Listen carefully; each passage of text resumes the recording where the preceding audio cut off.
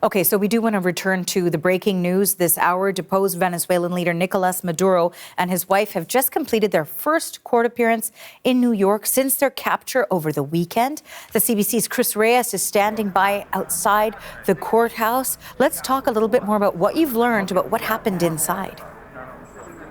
Hey, good afternoon, Arthi. So as often is the case, the first proceedings didn't really last for very long. This is when they read the summary of charges and defendants are asked to identify themselves. And so the proceeding now is all wrapped up. The first thing to report is that the next court appearance for Nicolás Maduro and his wife Celia Flores will be in mid-March. And as far as we know, they will continue to be detained at the Metropolitan Detention Center in Brooklyn. Their lawyers also asked for some medical care, apparently because Flores, especially the wife, needs some care for some bruising that happened as they were taken from their home in Caracas, Venezuela. Very short proceeding, Arthi, but a lot of new information to report here. So I'm just going to go through it one by one. So again, Nicolás Maduro and Celia Flores faced for the first time a U.S. federal judge and were asked to identify themselves. They appeared before Judge Alvin Hellerstein. This is a senior judge at the Southern District of New York, somebody who has handled a lot of high-profile cases here in New York, including cases related to the 9/11 attacks. He is 92 years old. This is the judge that will be overseeing this historic trial. Maduro and his wife entered a not guilty plea. Speaking in Spanish, Maduro said that he was kidnapped, taken from his home.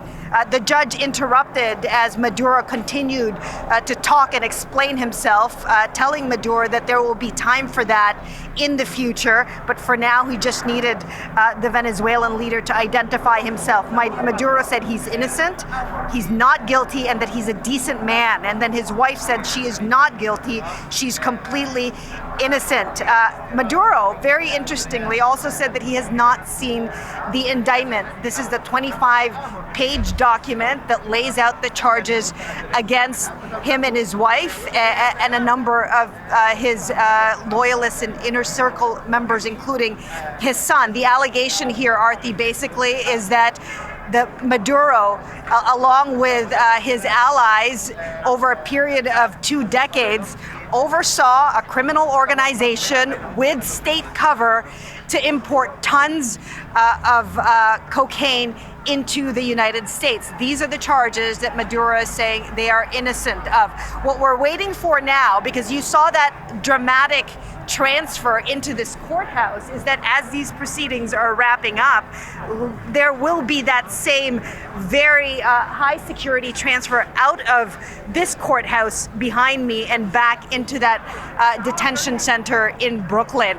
Let me give you a sense of what's happening around me, because we have covered some pretty high-profile cases here in New York City in recent months and in recent years, and I don't know that I've ever seen a crowd quite like this one that stretches from that block to down there all the way to this block, with a lot of demonstrators surrounding the area, some wearing Venezuelan flags, some flying flags clearly in support of President Trump and this action in Venezuela. So there are those cheering what's happening, there are those who are protesting what's happening, and we're gonna just watch to see what happens here as that transfer takes place, very similar to what we saw this morning. And I don't know if we can pull those images up right now, because they were quite stunning to watch, as Maduro and his wife were loaded onto a helicopter flanked by dozens of federal agents, flown over the East River, and then loaded into an armored vehicle and then taken here for that first appearance in court. And again, to wrap it all up, we know that the next court date is mid-March.